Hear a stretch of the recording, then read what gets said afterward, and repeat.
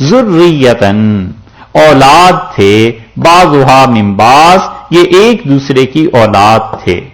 سارے کے سارے اولاد ہو گئے آدم علیہ السلام کی. پھر آدم علیہ السلام کی اولاد میں نوح علیہ السلام خود بھی آ گئے، اور نوح علیہ السلام کی اولاد میں آگے حضرت ابراہیم علیہ السلام بھی آ گئے. تو حضرت ابراہیم علیہ السلام کا نسب دو سے جا ملا، نوح علیہ السلام سے، انہی کے واسطے سے آگے آدم علیہ السلام سے. یہ آل عمران آ گئی. حضرت موسیٰ علیہ السلام اگر مراد لے لیے جائیں تو سیدنا موسیٰ علیہ السلام کا نسب بھی اوپر جا کر حضرت ابراہیم علیہ السلام سے مل گیا، وہ نسل چل پڑی آگے کو. اور اگر اس سے حضرت مریم کے والد مراد لے لیے جائیں تو حضرت مریم رضی اللہ عنہا کے والد جو تھے یہ بھی بنی اسرائیل میں سے تھے، تو آگے جا کر ان کا نسب بھی وہیں جا کے مل گیا. اللہ نے کہا یہ ایک دوسرے کی اولادیں تھیں، ایک دوسرے کا خاندان تھا. تو جب یہ ایک دوسرے کا خاندان تھا تو پہلا جواب یہ دیا اس کا کہ تم جو کہتے ہو کہ ہم نے انہیں اختیارات دے دیے تھے اور والعیاذ باللہ خدا بن گئے تھے، تو جو پیدا ہوا کرتا ہے اور کسی نسل انسانی میں ہوا کرتا ہے کیا وہ بھی خدا ہوتا ہے؟ یہ تو ایک دوسرے کی اولاد تھے، یہ تو باقاعدہ پیدا ہوتے رہے، اور ان کے تو آبا و اجداد تھے، نسل تھی. اور اللہ ہے، اس کا تو لم یلد ولم یولد، نہ اسے کسی نے جنم دیا نہ اس نے کسی کو جنم دیا. یہ دیا ہے پہلا جواب. اور دوسرا جواب یہ دیا ہے کہ واللہ سمیع علیم، اور اللہ کیا ہے؟ سننے والا ہے اور جاننے والا ہے. ہر چیز کا علم اللہ کو ہے، سمیع بھی وہ ہے اور ہر چیز کے لیے علم بھی اس کے پاس ہے. ان لوگوں کو کسی چیز کا علم نہیں تھا. یہ لوگ ہر ایک کی فریاد کو نہیں سن سکتے تھے، کسی کی بھی فریاد کو نہیں سن سکتے تھے، کسی کی مشکل حل نہیں کر سکتے تھے. ان کی زندگیاں پڑھو، کتنی کتنی مشکلات ان پہ آتی رہی ہیں، اور آگے ہم ان کے حالات بتاتے ہیں. وہاں پر تم دیکھو وہاں انہوں نے کس کو پکارا ہے؟ جب یہ مشکلات میں آل عمران آئی ہے تو پھر کیا ہوا؟ اسی طرح حضرت ابراہیم علیہ السلام کی نسل میں جب لوگ مشکلات میں گھرے ہیں تو انہوں نے کس کو پکارا؟ تو جو کسی کو پکارتا ہے وہ خود خدا نہیں ہوا کرتا.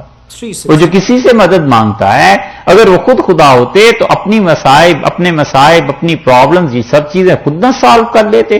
واللہ سمیع علیم، اور اللہ ہی ہے جو سنتا بھی ہے اور جانتا بھی ہے. اس کو اگر پیچھے سے آپ ملائیں گے تو وہ تو وہی تشریح ہو گئی جو اب آپ سے عرض کی ہے کہ اللہ نے کہا ان پانچوں آدمیوں کو، آدم، نوح، آل ابراہیم، آل عمران علیہ السلام، ان چاروں کو تم چنا ہوا تصور کرتے ہو، ٹھیک ہے، لیکن دیکھو ایک بات تو یہ ہے کہ یہ سب ایک دوسرے کے رشتہ دار، اور دوسری بات یہ ہے کہ سننا اور جاننا اللہ کا خاصہ ہے، ان کا نہیں ہے. دو دلائل اس کے رد میں دے دیے.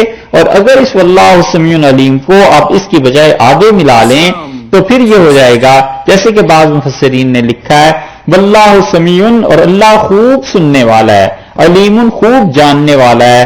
اذ قالت امرأۃ عمران، جب عمران کی بیوی نے اللہ سے دعا مانگی. حضرت عمران رضی اللہ عنہ کی اہلیہ تھیں، ان کا نام عام طور پہ ہنا لکھتے ہیں، HENNAH، ہنا لکھتے ہیں کہ وہ تھی ان کی اہلیہ. عیسائیوں کے ہاں آپ کو یہ مل جائے گا.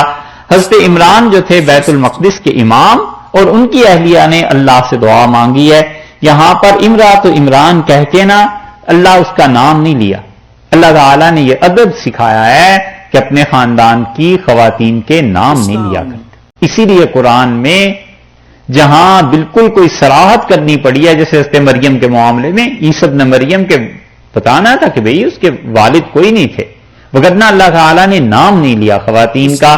اللہ نے فرمایا اس چیز کو کہ فرعون کی بیوی، حضرت لوط علیہ السلام کی بیوی، یہاں فرمایا عمران کی بیوی. تو یہ ادب سکھایا ہے کہ خاندان کی خواتین کا اس طرح سے نام نہیں لینا چاہیے، یہ چیز کہی. اور اسی طرح اگر آپ دیکھیں اب یہ جو واقعہ یہاں سے شروع ہوتا ہے، انجیل بالکل اس سے خالی ہے، ان کے ہاں کوئی اس واقعے کا ثبوت کوئی چیز نہیں ہے. ہم ایک مرتبہ دیکھ رہے تھے ہسٹنگز کی ڈکشنری ہے، اس کی تیسری والیوم میں اس کا واقعہ ہے. یہ چیز جو یہاں اللہ نے بیان کی ہے، ہسٹنگز نے اپنی ڈکشنری میں اس کو نقل کیا ہے کہیں سے، وہاں یہ واقعہ مل جائے گا، وگرنہ انجیل اس سے خالی ہے. قرآن یہ چیزیں بتا کر پچھلی تاریخ کو بھی درست کرتا ہے، اور اللہ کے جو دوست تھے، اللہ کے جو اچھے بندے تھے، اللہ ان کو بھی صاف کرتا ہے کہ دیکھو تم نے ان کی شخصیات میں داغ لگا دیے ہیں، وہ لوگ ایسے نہیں تھے.